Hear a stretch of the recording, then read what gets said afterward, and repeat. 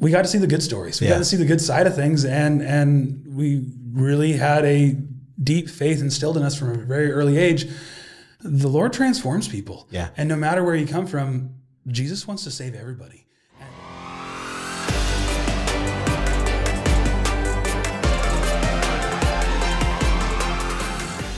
Scott, welcome. Thank you. Welcome to the City Serve Leadership Podcast, whatever that means. I mean, we're leaders. We're both leaders. We're sitting down. We're going to talk about some stuff that's really cool. I think that some things that are really important to you, some things that are obviously important to me, which are mostly about relationship. And so I love this opportunity to sit down with you and talk about who you are and what's going on in your life and what's important to you, and just so the world can see you, for what it's worth. So Scott Swenson pastors the Toutle Community Church. Toutle is a small community. How big? That's always a funny question. Again, another long answer to a short question, but if you look at the census, it's not that big, only a handful of thousand people. Yeah. But there's a lot more people out there in the sticks than you guess. But anyway, it's. I grew up in Clatsville, though, so it's like 1,400 people there. Yeah. So it's small. Pretty similar. Yeah. Pretty similar. So in Toutle, a couple thousand people in one church, and Scott's the pastor of that church. and so I want to spend a little bit of time talking about how you got to Toutle. Yeah. The journey. So could you share a little bit about where you came from and how you got there? Yeah. And I guess the best thing I could say is I didn't want to. Oh, that's a great place to start. And it was actually a really good moment for me to learn to trust my wife, because my wife has been a Christian for about 8 years, maybe a little longer than that. But we were at the time working for my dad in Pendleton, Oregon. My dad's a pastor in Pendleton. He's been there for just over 25 years. And we just moved from Seattle at the end of 2019, which that was a whole God moment in itself, because we were up there. We'd gone to school in Seattle, working, and had our first child, our daughter, there in Seattle, and that was just the kicker. Like, man, we don't want to raise kids in the big city. And my dad earlier in 2019 had said, hey, come work for me. And I was like, whatever. Worst idea I've ever heard. But then by the end of 2019, God had really been kind of pulling on us, and like, man, I think I need to move back to Pendleton. I wouldn't ever think that's what I would have done. Yeah. And so we did. December 1st of 2019, I started working for my dad, got there just in time for Christmas, and our daughter, Elsie, who was born September, so only a few months old, was baby Jesus for Christmas. And the way that worked out was then just amazed, because then the whole COVID thing happened. Yeah. And for so many people, 2020 was the worst year ever. But for me, it was honestly maybe my favorite year of my entire life. Why is that? Because I had a newborn, and I was working part-time for my dad. And then all the other jobs I had were just kind of part-time handyman jobs. So when the world shut down, I would just kind of go build fence here, put in a mailbox over there, do whatever I needed to do while helping my dad figure out some tech stuff. And I mean, every church struggle ever of 2020, right? We've heard those stories. But I had tons of time, and with your all the little time girl was my own. So I got to witness all the firsts with my little girl throughout 2020. And it was so cool. By far probably the best year of my life, even though it was in the middle of one of the worst years of everybody else's. So I look back at the year 2020 and smile. So I guess I got that going for myself. But you do. Yeah. But December 1st, 2019, when we moved back to Pendleton, we started praying, Lord, something new. And we didn't even know what that meant. So why did you? What was stirring in you? So I said we never really intended to be in Seattle long term. I ended up being a warehouse manager of a flooring store to pay the bills, to support my ministry habit. So I was being a worship leader and a youth pastor, and Serena, my wife, was helping me do those things. Yeah. But the thing that paid the bills was being a warehouse manager. And all the hair that I've lost and all that, I blame that totally on that job, because I had no idea what I was doing. I grew up in the church, so I knew how to kind of work with people and that sort of thing. Yeah. So church stuff came naturally, but I still don't really know much about flooring. And I was managing people, so I had people skills to help me do that. But the owners were like second parents to my wife. Wow. Still are. They're in good communication with them, and terrific, wonderful people of God. And so I desperately didn't want to let them down. And they helped us out in so many ways and got us started as a newlywed couple and all that. So it was a stressful thing because I desperately wanted to do well and help them. But, and I even kind of threatened time start a warehouse church, right? How do I get these ragtag warehousemen who are all very godless? And that was really exciting, but nothing ever kind of came of that. And so the church we were working at the time, big transitions kind of happened there and things were just changing. And God just made it very, very clear that it was time to transition. But in that, we knew, we had discerned a call to ministry. We knew, even before I married my wife, I was really rude to her. I looked at her one night and told her, I said, listen, we're getting serious in our dating relationship. I'm going to be in ministry. If you're not sold out on this Jesus thing, we better just quit. This just isn't going to work. So are you in or you're out? She's like, oh yeah, I'm in. I had no idea really what I was asking her. She had no idea really what she was committing to, but we both committed to it. So that was kind of something we just look back and smile on. So really. Let's take a step back. And was growing up with your dad a pastor a good thing? Yes. For you? I like to think that for me and my siblings, we were very much the exceptions to the rule when it comes to pastors' kids. Yeah. I think most all of that really comes down to the way my parents stewarded us with the rest of their congregation. They made it very, very clear to the rest of the congregation of as much as these are pastors' kids, they're also just kids. And I was too young to really remember exactly how they did. And I called them off and to take notes because I'm now a pastor with kids. I was like, how was it that we grew up without kind of that extra pressure? Or at least maybe I'm just that dumb and ignorant. I don't know. But you got to kind of think of how you saw your dad. Sure. Because that's what you want. That's what you're interested in, how your kids will see you. Yeah. So how did you see your dad? When you thought about or looked at your dad, what did you see? My mom, and she's told me this, but I remember this and know this. My mom was very, very diligent. Whenever those pastoral calls came and whenever, dad had to leave, whatever else, she just made very clear for us, dad's going to help people know Jesus better. And that was the ground level of it all. And I actually heard from some other social media preacher somewhere, I don't even know who it is necessarily, but they put it this way, I think it's really good, that whoever has the best stories wins. Yeah. And that so often I think within the church, especially pastors' kids get sheltered from the yuckiness of people because people are yucky, people are messy, right? And so rightfully so, I think pastors are often diligent with their kids to make sure that their kids don't become jaded. But in doing so, I think unintentionally shelters quite a bit, I guess, their kids from the good stories, the stories where people got turned around. And one of the things that my parents did in our home growing up is they had a small group. And the people that kind of came and went through this little small group were of all kinds of different walks of life. Yeah. But they intentionally didn't shelter us too much from the good or the bad. Right. We were very aware of people's stories as much as we should or could have been as kids. And we got to see the Lord transform people in real time as growing up. And so no matter the church politics or gunk that came our way that we did witness, whether we should have or shouldn't have, me and my siblings, I got an older brother, younger sister, to this day, none of us are jaded or have any bad feelings towards the church simply because we got to see the good stories. We got to see the good side of things. And we really had a deep faith instilled in us from a very early age. The Lord transforms people. Yeah. And no matter where you come from, Jesus wants to save everybody. And that was, I think, what was deeply instilled in us. And I always, laughed, I'm not going to be going to ministry, this, that, the other. But as I went, as I grew up, I started leading worship in high school. As I went through college and all that, it just became very, very clear, especially with music, because I really wanted to pursue music. Music outside of the church for me, as much as I loved it, didn't really make sense. No. There wasn't enough of a purpose to it. And I quickly realized through my college years of leading worship for all kinds of different churches.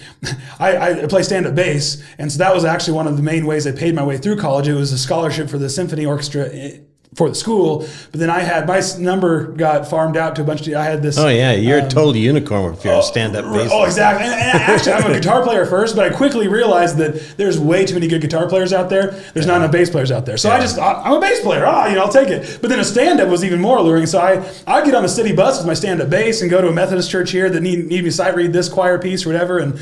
Just some fun stories with all that those kind of adventures. Yeah. But what I realized was that I can't do music outside of the church. But what I also realized was that my style, I guess, the way I approached worship music was so different that nobody wanted to hire me. And I applied to all kinds of different jobs and always got overlooked. Yeah. So that's how we ended up then it was North Seattle, Bothell, this little church. That leading worship at and doing their youth ministry too while being warehouse manager. And it just, things were working and there was no reason not to leave. And we weren't going to leave just because we didn't want to be in the city. That seemed kind of funny. And so we were already waiting for God to kind of give us something. So then when we moved to Pendleton in 2019, we were like, okay, Lord, I don't even know, but something new. And whether that was right there in Pendleton or my brother, he's a school teacher in Sherman County, Oregon, which is about an hour south of the Dalles. And there's definitely more wheat and livestock than people in the county because for the entire county, there's one K through 12 school and he teaches at it. But they were down there and at the time, they were trying to find a church. They'd been there for a year or two and went to just about every church in the county. And not that there wasn't decent little churches there, but they didn't feel rooted in any of them. Right. And they didn't feel that they were drawn to any of them. But because of that, then even at the end of 2019, we were like, maybe we're going to do a church plant in Sherman County. And we were really excited about it. We were really kind of praying towards that. You and him both?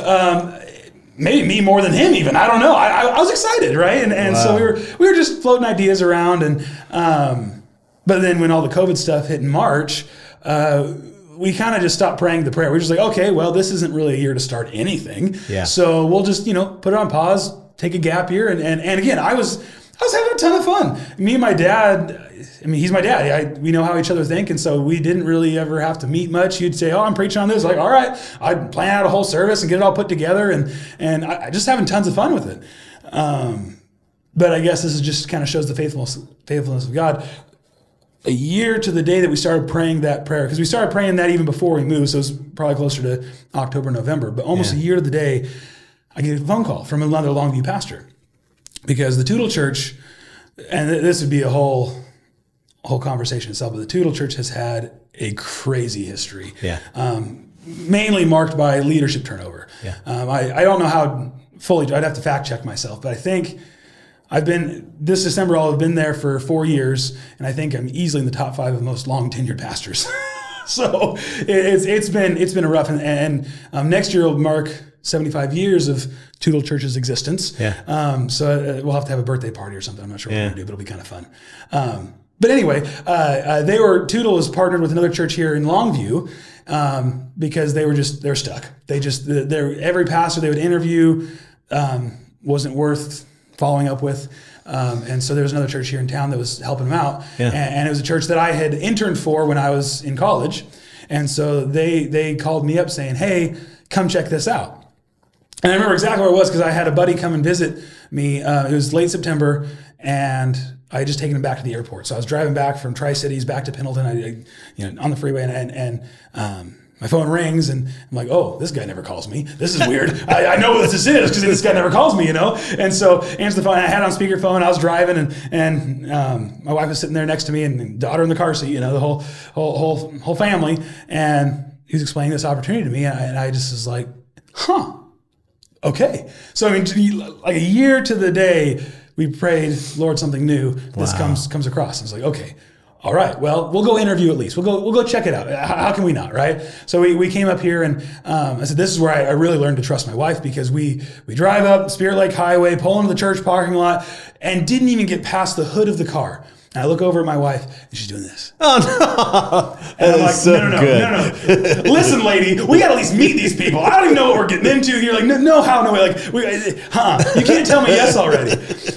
We get in there and of course it's COVID stuff. So it's one of the weirdest interviews I've ever had because everyone's a whole room full of people, but it really wasn't that many people because we were all so spread out. It was a weird setup, but it had to be. So kind of did that. And I like to think maybe I remember it differently than it actually happened, but I like to think that I was kind of interviewing them more than they were interviewing me because I grew pretty fond of the setup we had in Pendleton, working for my dad and just doing what we were doing. I wasn't making big dollars, but it was enough to kind of keep us going, and I was having fun. Yeah. And so after all that, and we visited that Sunday then too, and after all that, They took you out for a test drive. You're right, and we did. As soon as the interview was over, we drove up to Johnson Ridge on to see Mount St. Helens, just kind of.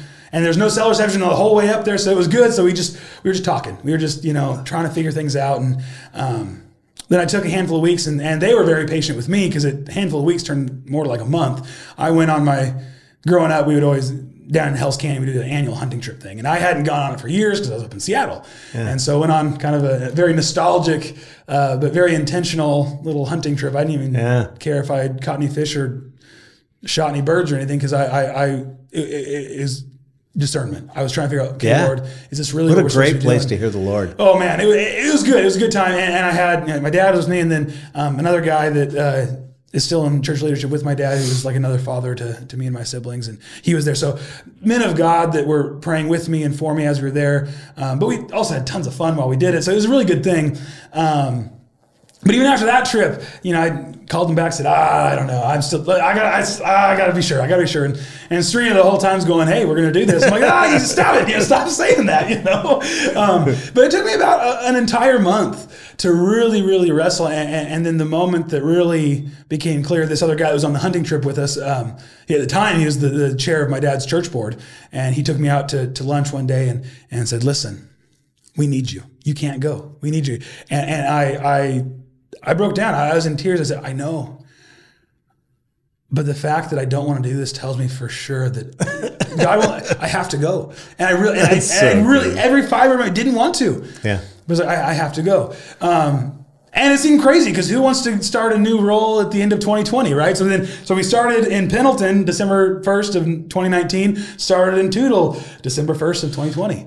What a time to come. Yeah, and it seemed like utter ridiculousness and total lunacy. But the amazing thing was all of the unpopular stuff, I guess I'll say, whether COVID, restrictions, regulations, however that was going to be stewarded, all of that was already set for me. All the nastiness of that ship had sailed. What they had set up is what they had set up. They already figured it out. Right. Yeah. And so I just got to come in and I guess in essence be the good guy.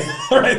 It was probably the cushiest transition that any pastor ever could have possibly had. Because at the time we were doing kind of a hybrid thing. We were streaming some sermons. So I wasn't even preaching every week. I got to focus on developing the worship team because the worship team I inherited was a drummer, a bass player, a ukulele player, and a singer. No tambourines? No tambourines, no guitars. I mean, all the things you normally have. It was a quirky setup. And again, I was just a glutton for punishment. I was like, sweet, I can work with this, So I chimed in playing guitar with them, and it was amazing because all of the people, and I guess I should say, what broke my heart for the Toutle community was seeing these people who have been hurt over and over again because of just short tenure pastors. And some of the pastors, it was out of their power. One of the pastors that came and had a bunch of family issues and health issues, kind of just his life fell apart as soon as he kind of got there. Well, he had been there for a little bit, but and had to move back closer to family. It was just a bad situation. It wasn't anyone's fault, just how it happened. So much just stuff of circumstance. And I even had some of the Toutle church folks walk up to me early on and look at me and say, "Hey, you seem like great people. We'd love to get to know you, but we're just not going to because you're going to leave too." Yeah. And that was one of those moments like, oh, we're here. Yeah. Like we're so beyond hurt, we're numb. Like that's what this is, Yeah. But what broke my heart, even in that interview initially with the Toutle folks, was all of them. They didn't we don't care what your preferences are. We don't care style. None of the stuff that normally matters a lot to people. We just need somebody to walk with us. And at this time, for me, this was the first time I'd ever even considered a full-time ministry position. And so... How'd it make you feel? Oh, it's terrifying. No, I mean, we just want to walk with you. That's the thing that broke my heart. Was the role itself seemed terrifying, to become a full-time pastor and all that. Like, part of me was like, this is what I always wanted. The other part was like, this is always what I didn't want, because I didn't want to become my dad. I didn't want to be that. I want to be a music guy. That's what I wanted, But it was so humbling to see that people just wanted. You don't need to be good at this. They didn't say this, but I almost got the impression, you don't have to be good at this. We just need you to walk with us. And for me, it's like, there's a lot of things I didn't know how to do. Yeah. But the one thing I knew for sure that I could do, I can do life with people. Yeah, I can walk with people. And so that was the thing that just wouldn't let go of me. Yeah. And again, I'll praise my own wife over this. She figured that out way quicker than I did, right? So I'll give her 10 points there. Did you ever find out what it was that she caught almost immediately about the place? Did she ever tell you?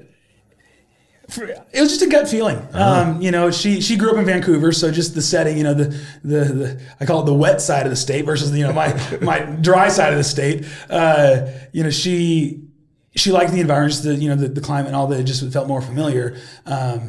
It was super attractive because it's Toutle, it's way out in the sticks, so far from say, well, and at first we heard Toutle like, no, we're not going back to the I-5 corridor. That's that ain't gonna happen. But it's 12 miles east of I-5, and it's a long 12 miles. So okay, no, it's pretty remote. I bet she thought I could raise a family here.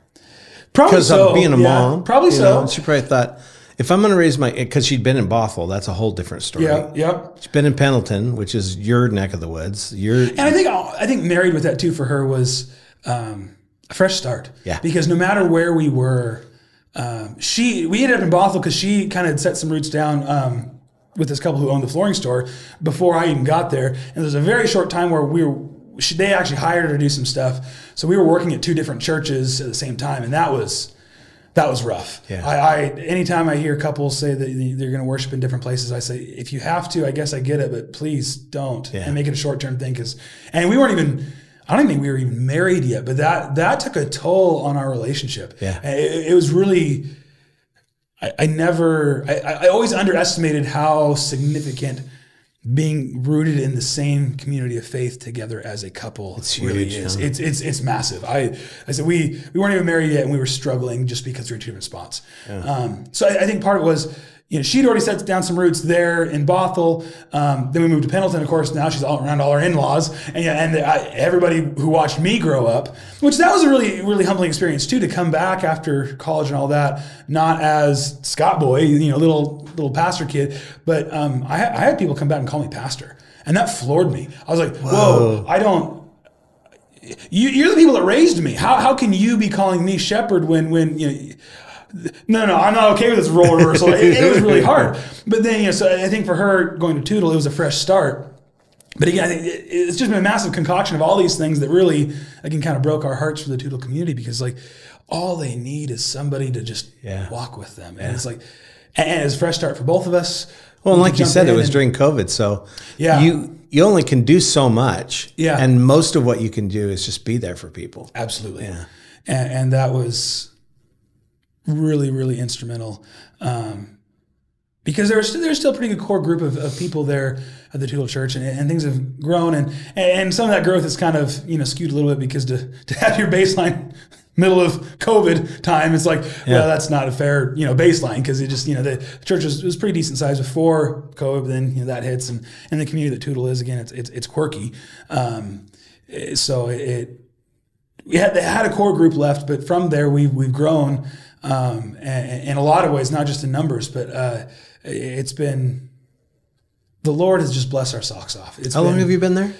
December 1st will be 4 years. So 4 years. So are you at that place where you know them well enough to know this is where they might go with me? This is where I might be able to take them? Yeah, and actually I think it was interesting to see how trust ended up being gained. Yeah. Because some were really slow in extending that trust, but a handful really fast. With that core group of people, we kind of clicked. It just kind of made sense. We got along really, really well, and so I got to.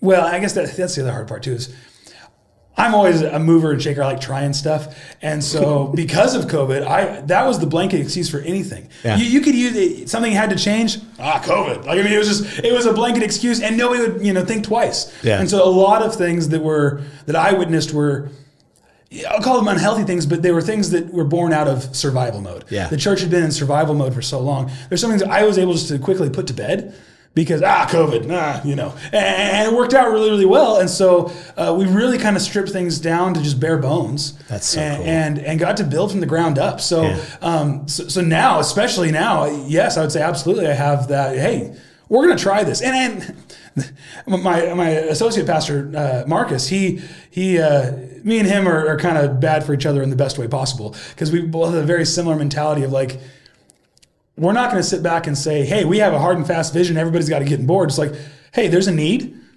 Here's an idea. Yeah.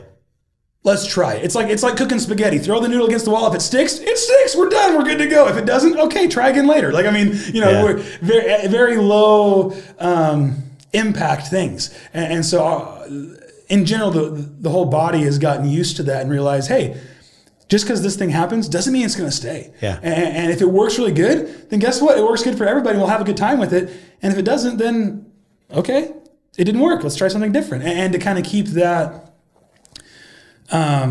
no strings attached kind of creativity going, not only is helpful, but it's just a ton of fun. And we've seen our own volunteers kind of get revitalized because it's like, hey, I'm not asking you to just be married to some program for the rest of your life. I'm just saying, throw this against the wall. If it sticks, it sticks. Great. And then let's go with it. If not, no biggie. And it's not going to be deemed as a failure. It's not going to be deemed as like, we tried something and you know what? The Lord's taking us in a different direction and that's more than okay. Yeah. By and large, I have that trust and it's been really fun to develop it because it's been a building process and it's been fun. It's funny because just sitting here, there's a couple things I noticed about you, Scott. One of them is you're freaking energetic as all get out. Like, I would imagine there are some people who come to church on Sunday kind of looking to see what weird thing you're going to do next. Oh, you know it. Like, and because you're having fun doing this thing. And that's got to be in a small community with only one church and a lot of tradition in that one church. Mm-hmm. This must be kind of a cool environment to think. Yeah. I mean, you could, from your perspective too, let's just try this thing this week and see how it feels, see how it works. And so it makes the family of God kind of a fun, exciting place to be instead of like, oh, I know what's going to happen today. It's going to be the same thing that happened in the last 6 weeks, you know?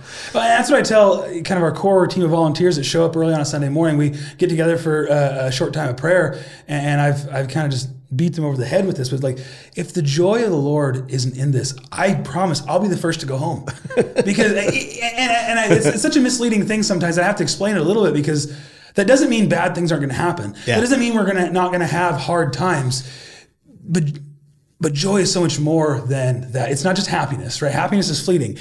If the joy of the Lord isn't in what we're doing, if God doesn't show up and bless us as we seek to bless him, again, what's the point of even gathering? I'm going to go home first and I'll leave you all hanging, this kind of thing. But I think the other piece to that too, especially when it came to the band, because we had such a small team of volunteers for both the worship band and the tech team, was that the way that, I was able to set things up because I have a few kind of inclinations toward music tech stuff, and I was able to kind of set things up in a way that were pretty simple for the average volunteer, I should say. Yeah. And it sounds super offensive when I say, but I told the whole team, listen, I don't need you. I want you. Yeah. Could I get up there, lead the songs, and I can even run the computer from an iPad, so I can even do the lyrics on the screen with an iPad for me as I'm leading. Could I do all of that and preach? And could I do the entire service all by myself? I could. And if I have to, I guess I would, but I don't want that. Yeah. I don't think anybody really wants that because, again, if I'm the limiting factor, that's a bad deal. Well, plus you're getting about all the attention one person can have. Right. Oh, absolutely. And it's definitely not what I want. But trying to palate that way so that then each of the volunteers that had basically had the mentality of like, if I don't show up, this thing ain't going to happen, they had a time of rest. They realized, and it's happening. each of those core volunteers every now and again would say, hey, I just need a break this week. I said, good for you. Yeah. And not only that, thank you for telling me, we got it. Don't worry about it. Yeah. And letting them have that time of rest so that they could come back and then be re-energized and have fun with it. Again, if church is just boring, dull, and a chore, I ain't going to be there. I'm not showing up, and I wouldn't expect anyone else to show up. Yeah. So kind of allowing that room and time for rest.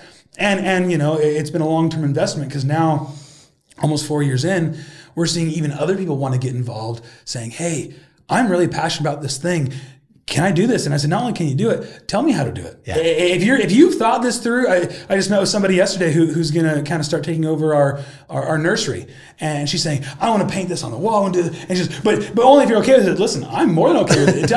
Tell you what, as long as you and the children's director are on the same page, I don't even have to be a part of it. Get her done. I don't even care, you know, go for it. Have fun with it. Because again, and especially when it comes to children's ministry, anytime children's ministry is happening, I'm busy. I'm either preaching or doing something. It's like I'm the worst person to ask when it comes to children's ministry. So if the children's director's all for it, you have the energy, you have the time, willingness to invest, and it's going to be a good thing. Again, I'm all for it.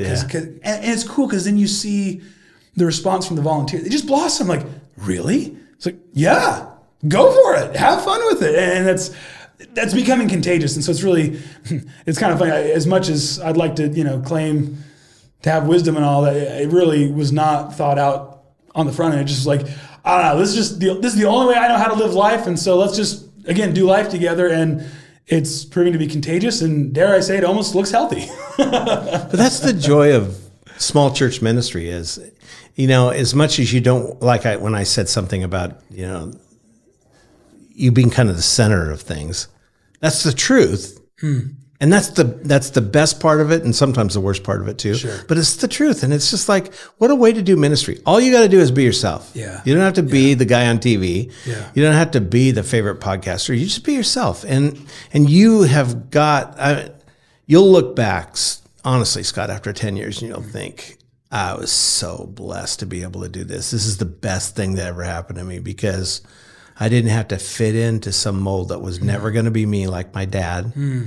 I just got to be me, and you've been given so many gifts by the church. I mean, that you've inherited a blessing from the church. And on behalf of the church, and Toutle, thank you for saying yes. Thank you for obeying your wife and saying yes to this job, because you have definitely made a difference in that community, and you'll continue to make a difference. And I think as you see other people get a hold of the idea that church can be more than just boring weekly meetings, but it can actually be a fun part and a big part of our life, you're going to see things just blow up there. Not because the church is blowing up, but because community's happening. Yeah. So thank you.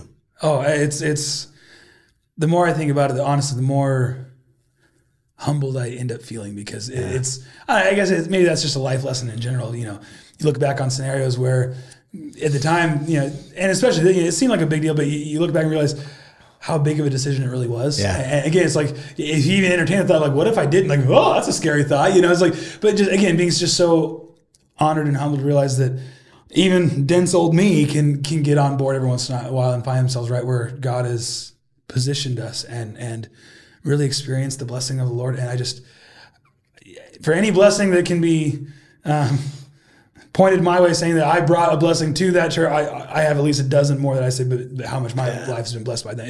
And I guess that's the beauty. That's truly doing community with people, right? That it should be. Me and Marcus, my associate pastor, we call it God math. It doesn't have to pencil out on paper, but it makes sense. You invest as much as you can here, and you get tenfold back. Yeah. And that's God math. That's how it works, and it's a beautiful thing. Well done, Scott Swenson. Oh, thank you. Yeah, I'm glad to know you, and I'm glad you're here in the community. And go for it, man. Yeah, it's been really fun, and still lots is changing, but we're holding on and doing our best to follow closely where the Spirit's leading us, and again, we're having fun with it. Yeah, thanks. Mm-hmm.